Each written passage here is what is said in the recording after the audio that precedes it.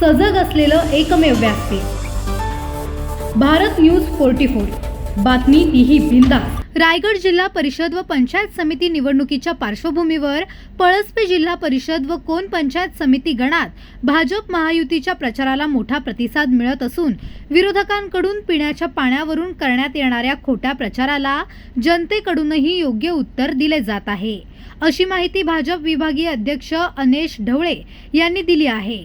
उरण पनवेल विधानसभा मतदारसंघातील हा प्रभाग सर्व सोयी सुविधांनी परिपूर्ण असून कार्यसम्राट आमदार प्रशांत ठाकूर आणि महेश बालदी यांच्या प्रयत्नातून या भागात विकासाची गंगा वाहत असल्याचे त्यांनी सांगितले। गावाचा कायापालट होत असताना नागरिकांच्या मूलभूत प्रश्नांचे निराकरण करण्यात आले असून भविष्यातील गरजा लक्षात घेऊन भौगोलिक परिस्थितीनुसार विकास कामांचे नियोजन भाजप महायुतीने केले असल्याचे ते म्हणाले। महाविकास आघाडीपाशी कोणतेही ठोस मुद्दे नसल्याने अपुऱ्या पाणी पुरवठ्याच्या नावाखाली खोट्या अफवा पसरवून जनतेची दिशाभूल करण्याचा प्रयत्न केला जात असल्याचा आरोप अनेश ढवळे यांनी केला आहे। मात्र जनतेने हे आरोप साफ फेटाळून लावले असून भाजप महायुतीच्या विकास कामांवर विश्वास दाखवलाय। कोण व पळसपे भागात अतुल भगत व योगेश लहाने यांनी जनतेच्या मनात आपले स्थान निर्माण केले असून त्यांच्या कुटुंबातील सुशिक्षित युवा महिला उमेदवार हर्षदा घरत व योगिता लहाने यांना संधी देत लाडक्या बहिणींना सत्तेच्या मुख्य प्रवाहात आणण्याचा निर्णय भाजप महायुतीने घेतला आहे। या निर्णयामुळे महिला भगिनींमध्ये उत्साहाचे वातावरण निर्माण झाले असून त्या घरोघरी जाऊन प्रचारात सक्रिय सहभाग घेत आहेत। नागरिकांच्या अडीअडचणी समजून घेत संवादात्मक प्रचार केला जात असून ज्येष्ठ युवक महिला व तरुणांचा मोठ्या प्रमाणावर सहभाग दिसून येत आहे। त्यामुळे ही निवडणूक मोठ्या मताधिक्याने जिंकू असा विश्वास मानसी विजय म्हात्रे यांनी व्यक्त केला आहे। एकही आमदार किंवा खासदार नसताना केवळ खोट्या अफवा, स्टंटबाजी, आश्वासनांची खैरात, ढोंगी उपोषणे व ब्लॅकमेलिंगच्या माध्यमातून राजकारण करणाऱ्या विरोधकांवरही अनेश ढवळे यांनी टीकास्त्र सोडलंय। अशा प्रवृत्तीमुळे जनतेने त्यांना यापूर्वी ग्रामपंचायत निवडणुकांमध्ये भुईसपाट केल्याचे त्यांनी नमूद केले। केंद्र व राज्यात विकास कामांच्या जोरावर भाजपने विजय मिळवला असून तोच कौल पळसपे जिल्हा परिषद व कोण पंचायत समिती गणातही मोठ्या मताधिक्याने भाजप महायुतीच्या बाजूने लागेल असा ठाम विश्वास अनेश ढवळे यांनी व्यक्त केला आहे। म्हात्रे, महिला कार्यकर्ता, बीजेपी महिला कार्यकर्ता, पळसपे जिल्हा परिषद मतदारसंघातून आपल्या हर्षदाताई अतुल घरत या उमेदवारी लढत आहेत आणि सौ योगिता योगेश लहाने या कोण पंचायत समितीमधून पंचायत लढत आहेत।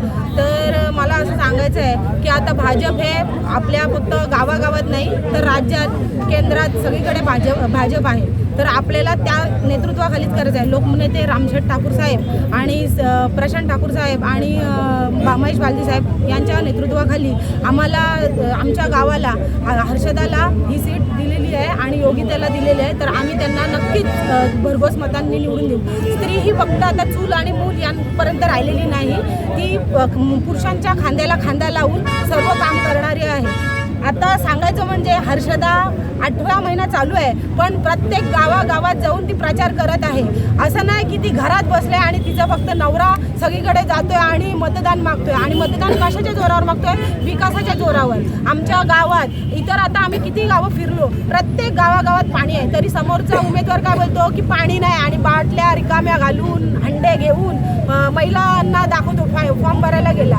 तर ते चुकीचं आहे, सगळं ते चुकीच्या याच्या वरती मतदान मागण्याचा प्रयत्न करत आहेत। तर याला सगळ्यांनी भुलू नका, प्रत्यक्ष काम काय केलेलं आहे ते बघा आणि तुम्ही या दोघींना हर्षदाला आणि योगिताला चांगल्या मतांनी निवडून द्या आणि त्यांचा विजय हा नक्कीच झालेला आहे।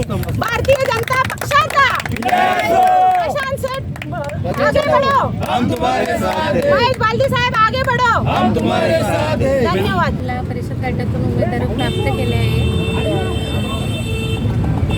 मला लोकांनी संधी दिलेली आहे, त्याचं मी नक्कीच सोनं करेन।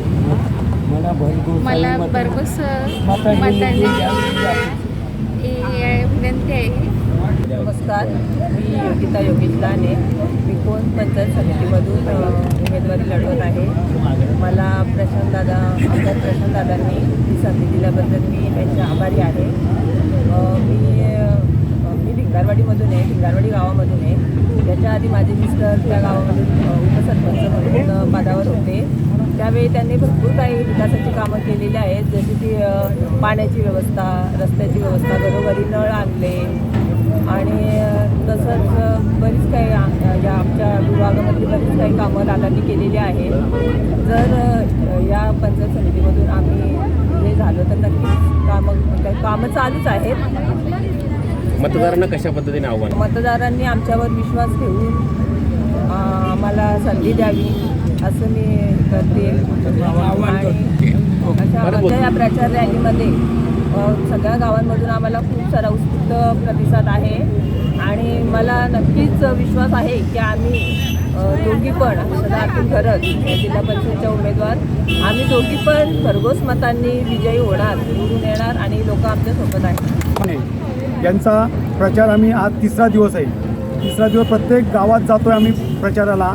प्रतिसाद खूप मोठा प्रतिसाद आहे आणि तिथं आम्ही एकच विकासाच्या नावाने मतं मागतो आहे.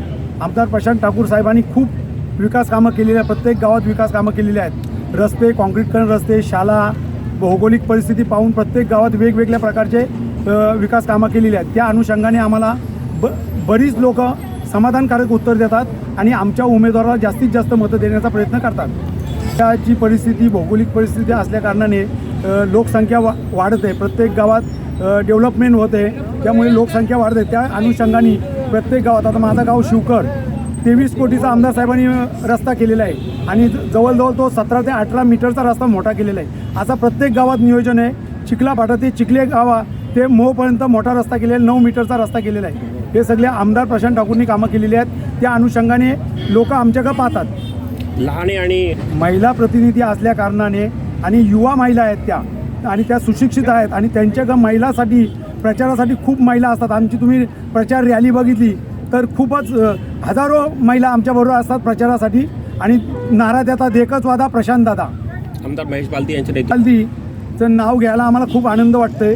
त्यांनी तर निधी एवढी आणले का केंद्रातून, महाराष्ट्रातून कुठल्या गावाला गल्ली ठेवली नाही एवढा त्यांनी निधी दिलेला आहे. या मतदारसंघामध्ये एक कोण ग्रामपंचायतला एकच कोण गाव आहे या पंचायत समितीमध्ये त्यांचा विधानसभेमधला आणि पळसपे, डेरवली, कोलकापेठ या जिल्हा परिषदमध्ये ती एक गावं आहेत.